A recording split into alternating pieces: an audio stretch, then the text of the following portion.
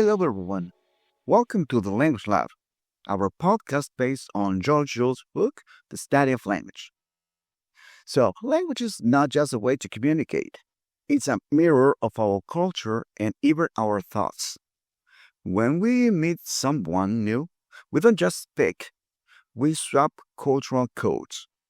Today, we dive into Chapter 20, Language and Culture, asking two core questions. Number one, does our language force us to see the world in a certain way? Number two, how do we use language to define who belongs? Our examples are an 80s classic movie and an epic animated TV show. We'll explore this connection using these two amazing examples. The movie is Enemy Mine, a 1985 movie, and the animated series it's Avatar, The Last Airbender, one of my favorites one. So these stories show how language can build bridges between different worlds and how it reflects cultural values. So let's dive in. First, what is culture? In linguistics, culture means socially acquired knowledge. The things we learn from others like traditions, habits, and ways of thinking. Language is the main tool for sharing this knowledge. For example, in English we say hello, but in Japan, no. In Japan, people bow like that. So these are cultural habits, and language help us express them. Language gives us a system to categorize the world. This means we use words to organize things in our minds. For example, let's talk about colors. Did you know that in English we use separate words for blue and green, but in some languages there's just one word for both? So that simple difference can actually influence how people perceive and categorize color. Another example is animals. So English uses dog for all dogs, but other languages may have different words for male and female dogs. So let's touch on one more technical idea, lexicalized versus non-lexicalized concepts. So basically, if something is lexicalized, it means a culture has developed a single specific word for it. In English, uncle is lexicalized, one word for both your mother's brother and your father's brother. But in a language like Batam, they have different words, making that concept non-lexicalized in English terms. So on this book, Yule also mentions kinship terms. And you can ask me, hey, what is that? What is it? So it's simple. Languages categorize family differently. The same term, English uses uncle for many relations, but other languages are more specific. Now, let's talk about how language and thought are connected. So, the author states two ideas about linguistics. One idea is weak, and the other one is strong. Let's start by the weak idea, linguistic relativity. So, it's pretty much that language influences how we usually think. And on the other hand, actually, we have linguistic determinism. This is strong idea. Says that language completely controls your thought. There's also an important hypothesis, the Sapir-Whorf Hypothesis. So this theory says that structure of a language can lead people to see the world differently. For example, happy speakers, they describe the time differently from English speakers. Wow, there are a lot of concepts, right? So let's see them in action in our examples. Let's start with Enemy Mine. So the film strands a human soldier, Willis, and a reptilian alien, Jerry, which is a Drac, on a hostile planet. They're enemies, but survival demands communication. So this perfectly illustrates the Sapir-Whorf hypothesis. Why? Because at first they hate each other, right? But they realize they must communicate to survive. So Willis initially views the Drac's beliefs and behavior as irrational. But as he begins to learn the Drac language, he has to adapt to the Drac's worldview. The Drac language, for example, has a totally alien kinship system. Why? Because the Drac reproduce sexually, and their concept of uncle, which is a kinship term, carries spiritual and cultural weight that has no true parallel in English.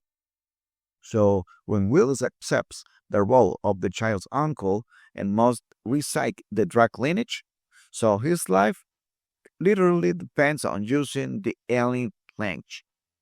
So he's forced to understand the world through their linguistic lens, a practical demonstration of the linguistic relativity, the Greek version where language influences thought and survival. Great, right? Again, this is a great example of the cultural transmission. So they teach each other words and meanings, and it also shows conceptual categories. So the alien language has different ways of naming things, and the human must learn them. So as they learn each other's language, they start to understand each other cultures and values. This is linguistic relativity in action. Language changes how they see each other and also the world. Now let's move to Avatar: The Last Airbender. This series shows four nations with different cultures and languages. So while Enemy Mine dealt with alien culture, Avatar shows how language reinforces human and cultural categories. Why? Because the four nations are the ultimate models of this. So the core concept is bending. So the style of water, earth, fire, or air bending is more than just a fighting style. It's a cultural category that determines everything from personality to architecture. Language is also used to manage the rigid social hierarchy of the Fire Nation. So the show is packed with address terms used to signal rank and power or simply to show respect. So characters rarely use first name in formal settings. Zuko is always addressed as Prince Zuko or Your Highness, especially by guards and generals. So this formal address signals power, mean unequal status, right?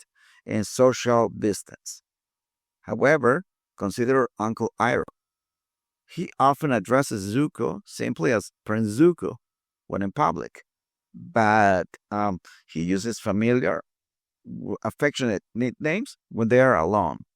So this switch to the familiar merge solidarity, which is the equal status based on closeness, and is a deliberate linguistic choice to bridge the power gap imposed by the Fire Nation culture. So, what other concepts from Jules' book are reflected here? The kinship term and the social identity. Why? Because family and tribe names mark belonging. For example, Water Tribe or Fire Nation, so shows identity. We see this with kinship terms and the social identity as well.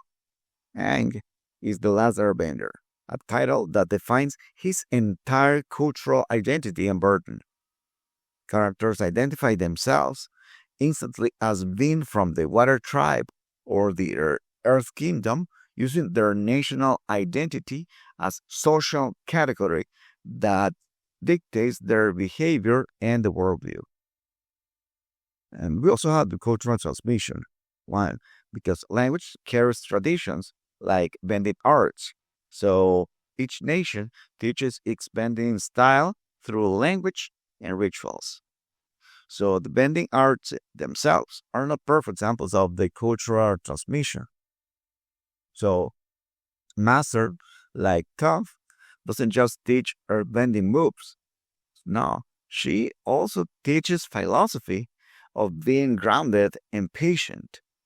So Katara teaches Aang the waterbending forms, which are inherently tied to the cultural value of adapting and flowing like water. So the language of bending art itself transmits the culture. Gender and language roles are reflected in speech patterns and titles. For example, female characters often use polite forms, while warriors use direct speech. So, what have we learned? Language is not just words, it's a window into culture and thought. It shapes how we see time, family, politeness, and even gender roles. Enemy Mine is our argument for linguistic relativity. The Drac language changed Will's worldview and sense of family.